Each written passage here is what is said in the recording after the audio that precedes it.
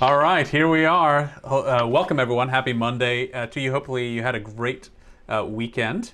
So glad you could join us again for Monday Fun Day trivia here on our Facebook Live broadcast and page. Today, we have Monica Vescovi with us, and she has put together I think, really fun and unusual Monday Fun Day wine trivia. And this one, what's it all about? Something different than people are probably expecting. So tell us all about it. It is. It's about a fungus. So it's about the mushrooms. All kinds of mushrooms that are growing around us, particularly those that are related to wine production, and vineyard management. So you don't only find a fungus in forest when you gladly pick them. And since the season is about to start here in California and we are awaiting rain, this is the perfect time to talk about the fungus and talk about fungus and wine. So I title it Fungus Among Us. So for those who know me, you know very well that's one of my passions. So I combine those two passions together, mushrooms and wine. On my off time, I'm always in the forest hunting. So let's begin.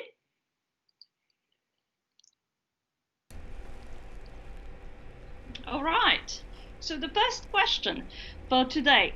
Botrytis cinerea, responsible for sweet wine production in wine regions such as Tokai and Sauternes, is also known as 1. Grey rot, 2. Downy mildew, 3. Noble rot, 4. Bunch rot. Okay. And for those of you who are regular participants, you'll know this Jeopardy music here. Gives you the opportunity to lock in those answers. Sad news that Alex Trebek has passed away, the host of Jeopardy. So in his honor, we will be playing this Jeopardy song. But I see a lot of answers already rolling in here, which is great. Everyone's on it today. Okay, the music has stopped, and overwhelmingly, Monica, people have chosen 3, Noble Rot, as their answer. Very good. Although you could consider the bunch rot as well. So, okay, moving on from here. By the way, this picture, I just wanted to show you here. This is a picture I've taken in Tokai.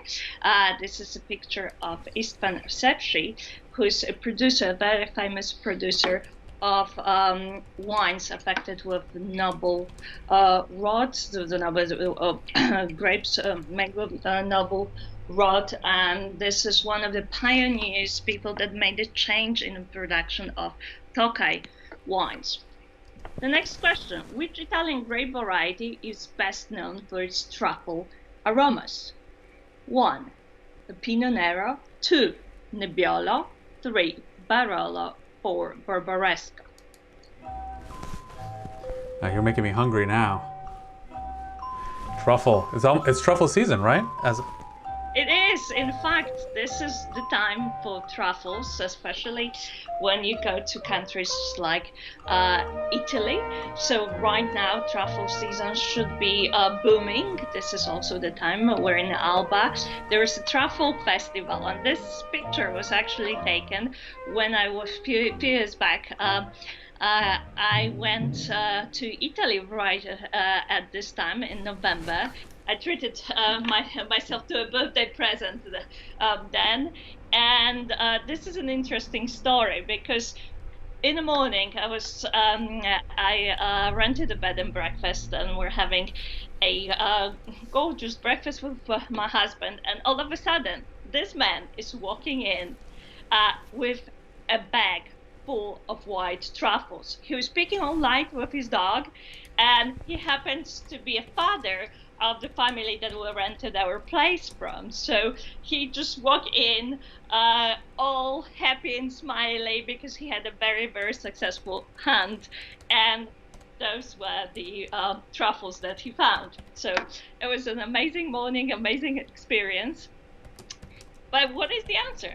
Yeah, so a little bit of a trick question here. So overwhelmingly, I would say 90% people chose 2, Nebbiolo, as their answer. Very good. Mind you that if you go back to the question, we ask about the grape variety. So Nebbiolo is the grape variety. Of course, the correct answers would be Barolo and Barbaresco. However, the question is about the grape variety, hence Nebbiolo will be the answer. Okay, very good. Let's take a look at the next question. What is the name of the film of yeast formed on the surface of Pinot Sherry in the Solera system? I'll add. So 1, Flora. 2, Frisia. 3, Flora. 4, Fiano. Okay, music's playing.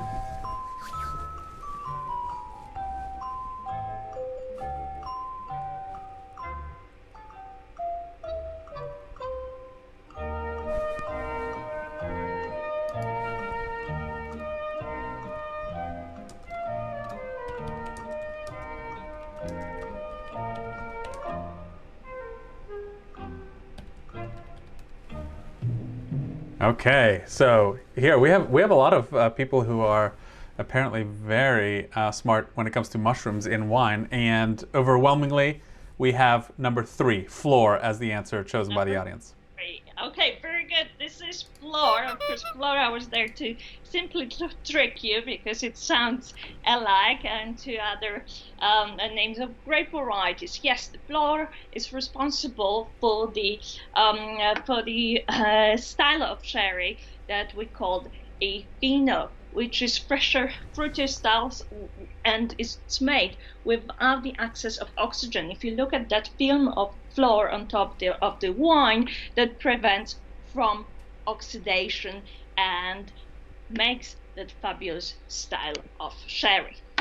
So the next one is one of my favorite graphics of all time, made by our graphic designer that worked with us, Carrie, which I found it phenomenal. So, and I hope you enjoyed as much as I do. So, what is the name of strain of yeast responsible for alcoholic fermentation in wine? We're talking about one. So, Julie, Saccharomyces pombe, or Saccharomyces boulardii. Just if you're not sure, I'll give you a hint that this is the strain of yeast can be used in production of beer. And if you know what's beer in Spanish, I help.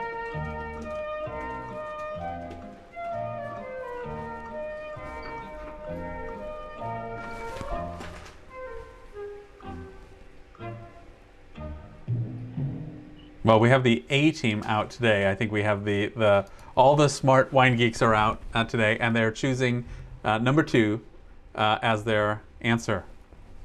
Perfect. And number 2 is the answer. Saccharomyces cerevisiae is commonly used for a fermentation process, and the fermentation process is all about changing sugar through the addition of yeast or through using ambient yeast, and the byproduct of that in a alcoholic fermentation is of course alcohol. This is what we are looking for in that process, but byproduct is also carbon dioxide, and that's an important part because if you're making sparkling wine, carbon dioxide is what makes the style of wine. Okay, let's look at another type of a fungus that we can find in wine. Brettanomyces is a non-spore forming genus of yeast in the family of Saccharomyces, and it is often colloquially referred as Brett. Bretting can form sensory characteristics of wet stones, barnyard, wet paper, nail polish.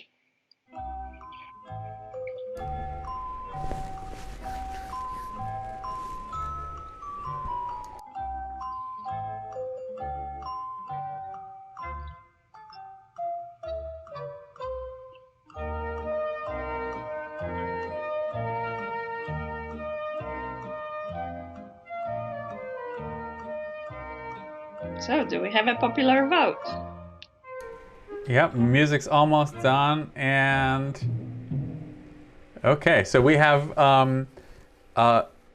some people putting number two, barnyard, and there's also some people selecting 3, wet paper. Mm-hmm. Wet paper. So for most of that, it's barnyard. It will be a horse saddle as well. Wet paper is commonly associated with another fold, and wet paper is commonly associated with a cork paint.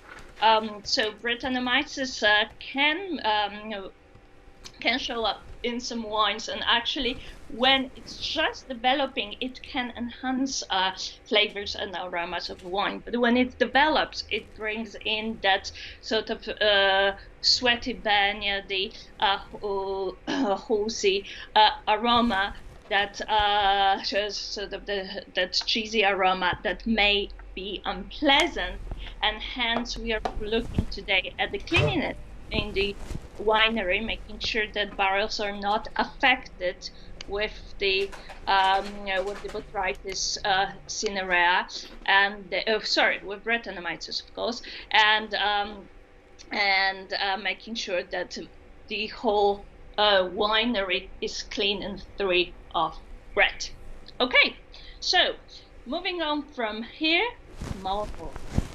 Morels are one of my absolutely favorite mushrooms. They are coming in the spring, and it's sort of that mushroom that every mushroom hunter is hoping to find one day. It took me many years to find them, to learn how to find them, because they grow only at a specific time. Roughly, you have to, in certain areas only 3 weeks where you will be finding them unless you change the elevation. However, morels can be outstanding, phenomenal when it comes to cooking. And if you ever have a chance to find them, and they do grow in California, by the way, please pick them up. They usually come up sometime between late April and June, again, depending on the elevation.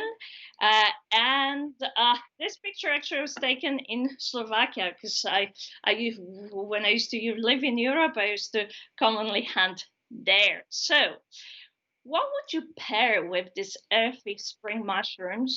And the answers are Yupu Taurasi. Taurasi is made with Aglianico, aged Rioja Gran Reserva, vintage champagne, or LBV, late bottle vintage port.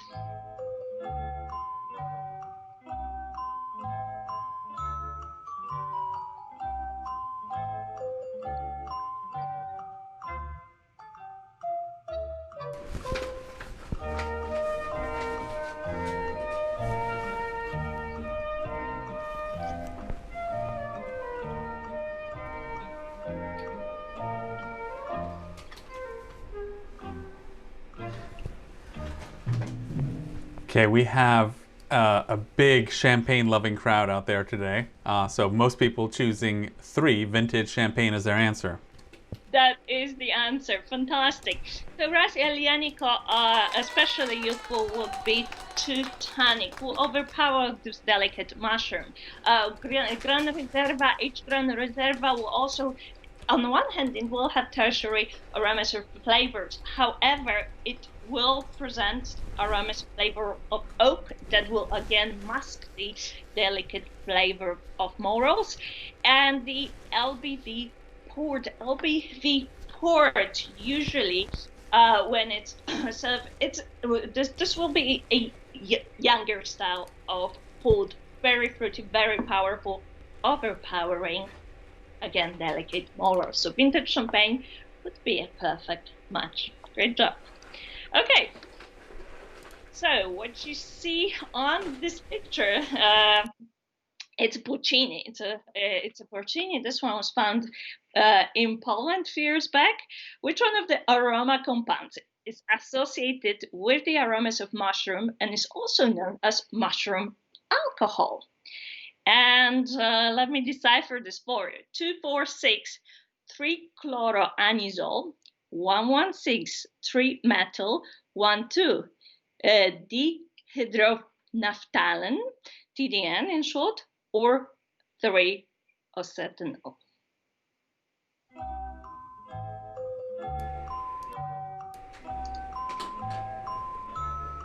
Which one is it? Okay. Playing the music here. Give you a little bit of time. These are all a mouthful.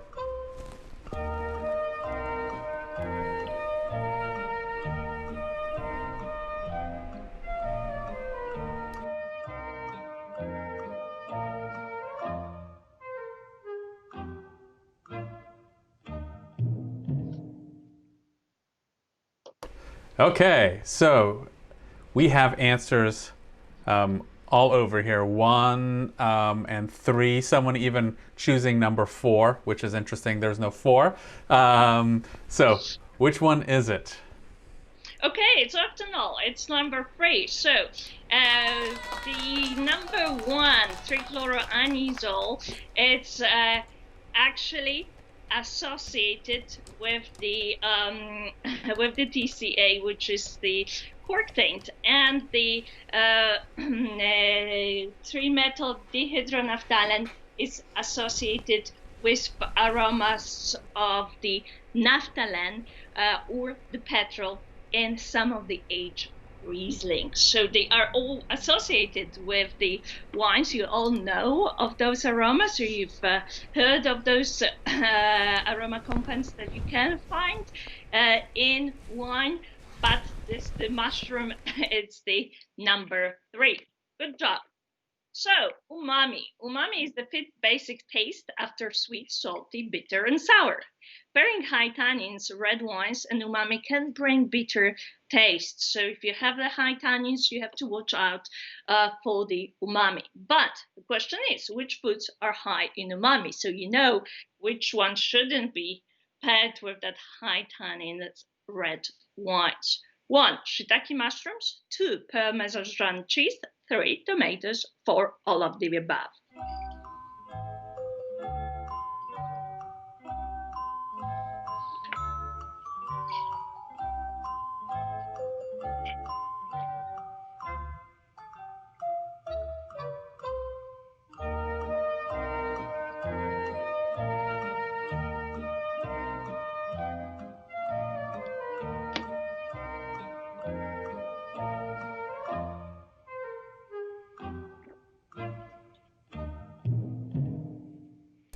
Okay.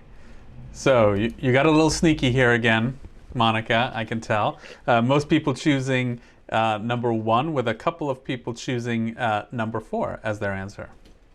Okay, and number 4 is correct. So shiitake mushrooms, Parmesan cheese, and tomatoes, they are all really high in umami, particularly tomatoes, which is interesting because we don't often think about that as the possibility. So tomatoes are high in umami, but so is the meat. Meat is high in umami, especially raw meat, raw fish will be high in umami as well. So those are the wines that actually, those are the foods that actually shouldn't be paired with high tannins. So let's move on. Chanterelles. Chanterelles, those are those orange mushrooms. You see them in some of the fine dining restaurants around the world. Actually, California in season is full of chanterelles, and you can find them in the farmers markets, or you can find them in the store, but you can of course look for them in the forest as well when the first rains comes. They are absolutely delicious. The California actually has the species of the giant chanterelle, which is unusual in other parts of the world, and it can be a pound for one mushroom. So once you are on a walk somewhere in the woods when the rain starts, particularly if you look at this picture, you'll see that particularly in forests where well, you have the trees, the trees that actually more oriented on leaves, those are the ones where you find chanterelles. So what would you pair with it? Oaky Battery Napa Valley Chardonnay, dry German Riesling, oaked South African Chenin Blanc, or Argentinian Malbec?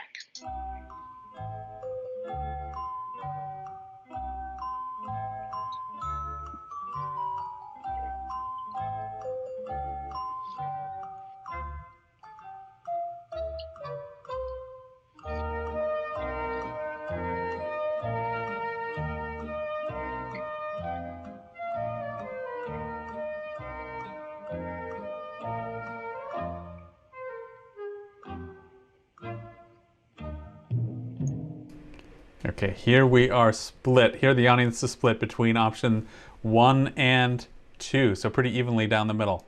1 and 2. Okay, so the more ideal would be dry German Riesling. Oaky Battery Chardonnay can be too rich, again, too full of body, too driven by ripeness of a fruit, and Chanterelle is delicate. Chanterelle will make a beautiful sauce, but you don't want to overpower that sauce. So the German Riesling, with its acidity, that will cut through the structure of the sauce, particularly if you make a sauce with Chanterelle, will be a great pairing. Okay, so what is the famous sweet Loire Valley wine made with grapes affected by Botrytis cinerea? And Coteau de Lion, 2, Sauternes, 3, Tokai, Asu, or Trockenbeeren Auslese?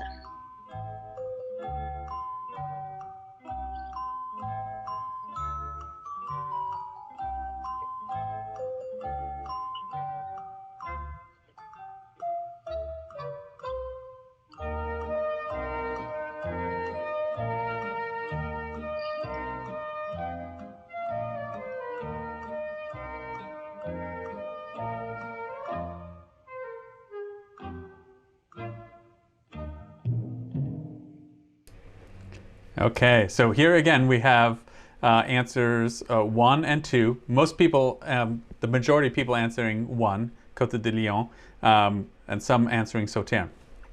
Okay, very good. So it is the one, because we're asking about Loire Valley. Of course, all of those wines will be made with grapes affected with Botrytis cinerea. However, only Coteau de Lion will come from Loire Valley. Sauternes is in Bordeaux. Tokai is in Hungary and in the Tokai region. And Trockenbeeren Auslese, you'll find those styles of wine in Germany. All right, let's move on and look at another fungi. How to deal with fungal diseases in the process of vineyard management. So the vineyards can be severely affected by fungal diseases. So 1, open up the canopy. 2, use protectant and systematic fungicide. 3, monitor weather, or all of the above.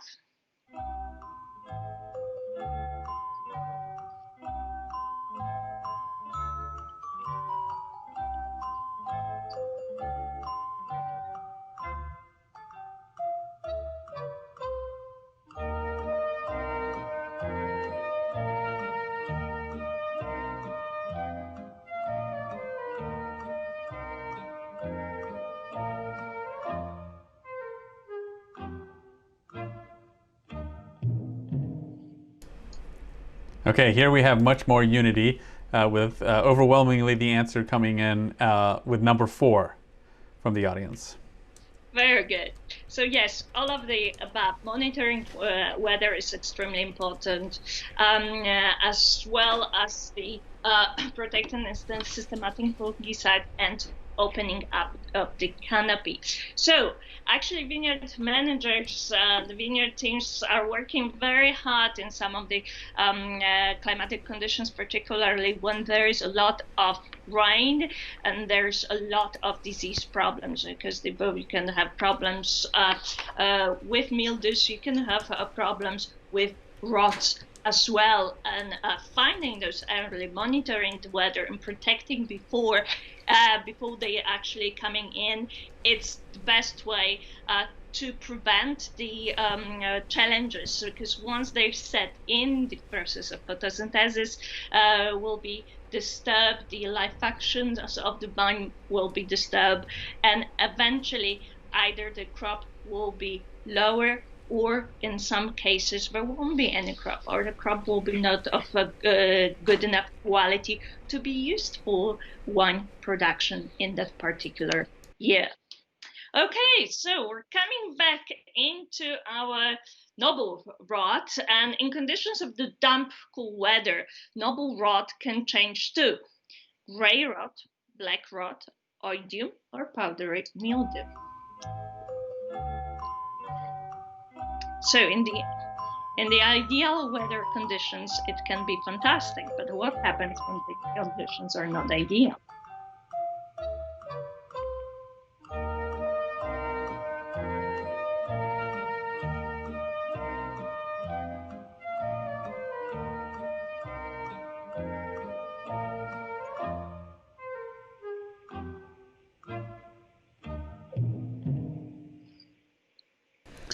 Okay, so we have answers all over with a slight nod to one, gray rot. And the gray rot is what we're looking for today. But yes, so the botrytis cinerea has to have certain conditions that will apply in order for that rotted, for botrytis cinerea to turn into the what we beautifully call noble rot, and to allow us to enjoy the wines made with enhancements of flavors, just like the orange marmalade and the rye bread, or simply mushrooms as well. But it only can grow in conditions where there is a damp, sort of misty morning, and then around noon, that will go away, and the weather will turn into beautiful, sunny, warm afternoon that will completely dry out the water that would be turning that into the word rot that is undesirable. All right.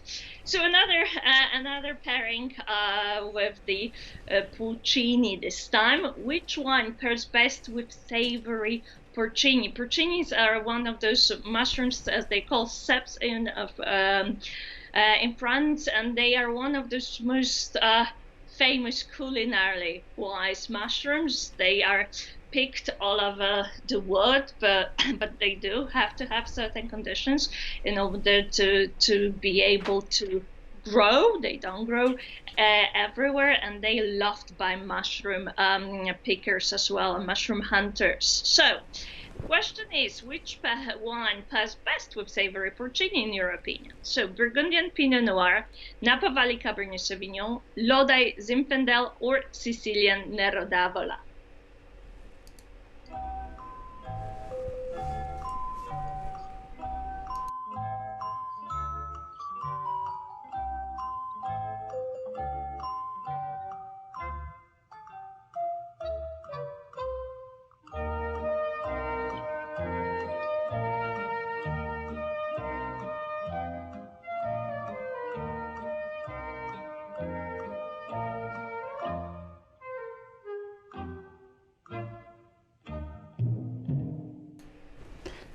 Okay, so a lot of people choosing Burgundian Pinot Noir as their answer for this, although there are a couple of different answers as well. A Burgundian Pinot Noir will be a preferable style to pair with the porcini. Again, porcini, when it's fresh, it's very delicate. It picks up its flavor when it's dry, so it's actually the dry flavor is much intensified when it's dry.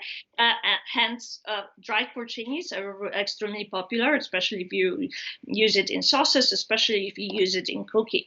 By the way, there's a study that talks about the high level of umami in mushrooms, and that you could be using mushrooms, instead of using instead of using unnatural ways to flavor your food, and you can actually use it to enhance flavors of your food, particularly to enhance flavor of your meat. Think about it next time you're cooking and you're cooking with mushrooms. So Burgundian Pinot Noir will benefit, will actually be on that earthy level of savory level of aromas and flavors, and that's why it is ideal, especially when the Burgundian Pinot Noir is aged. Napa Valley Cabernet Sauvignon again will overpower delicate Puccinis, so will Lode Zinfandel with its high alcohol, and Sicilian Nero d'Avola is in that like style, very ripe, opulent, and fruity. And you want to actually pair the Puccini so you can still taste the mushroom, the delicate mushrooms. Actually, this is one of the few mushrooms that you can eat raw when they're young. This is a mature specimen, but when they're young, you can actually cut them up and make carpaccios out of a porcini drizzle. There's a little olive oil on top, and add a little salt, maybe pepper if you like. I prefer not to, but because again, it masks slightly flavor. Actually, this specimen was huge. That was one of the biggest I ever found.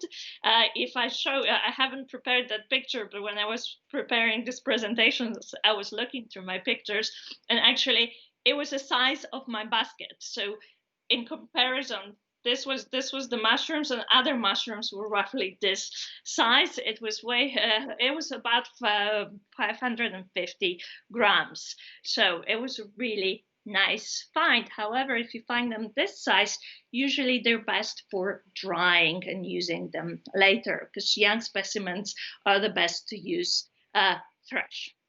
Okay, true or false question. The fungus phylloxera is responsible for the devastation of vineyards around the world, especially when we're looking at the beginning of previous century.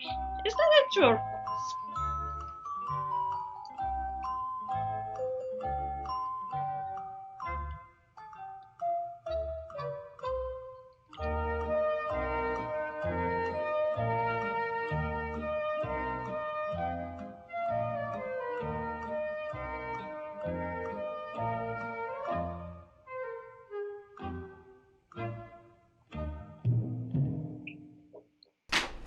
Okay, the answers are rolling in here. So we have a pretty divided audience here, true and false. And someone else put fungus, question mark? Very good. You see? Perfect. That was a tricky question. Yes, phylloxera is not a fungus.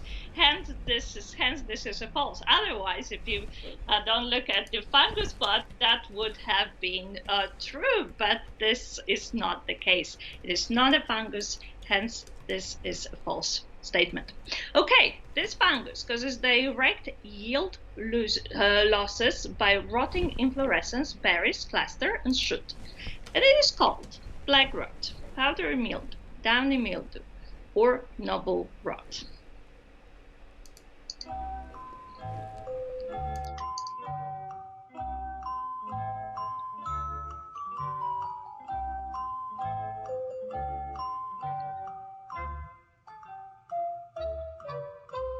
And if you know your funguses, it's on the picture.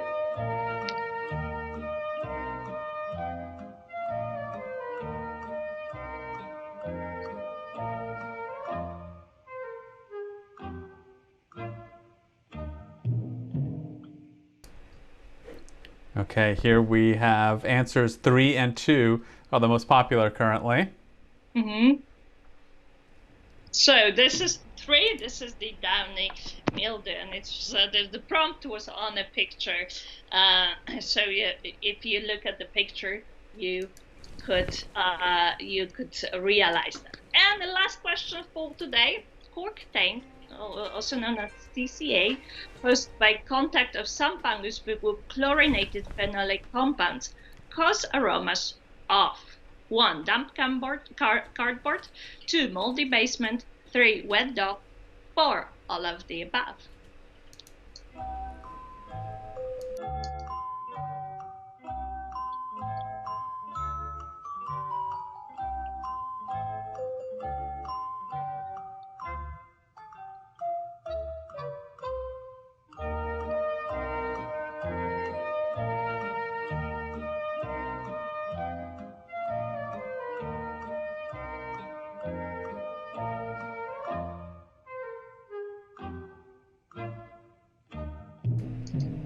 Okay. So here, the overwhelming answer is number 4, all of the above. And that is a correct answer. So, yes, the damp cardboard, moldy basement, wet dog, yes, wet dog as well. All of those can represent the cork paint, and they will mean that your wine is spoiled. So if you smell your wine, and those aromas are coming up from your glass, what you can do, you can actually pour the wine back into a bottle and take it to the store where you bought it, or simply return it to your server at your restaurant, and they will gladly exchange it for you.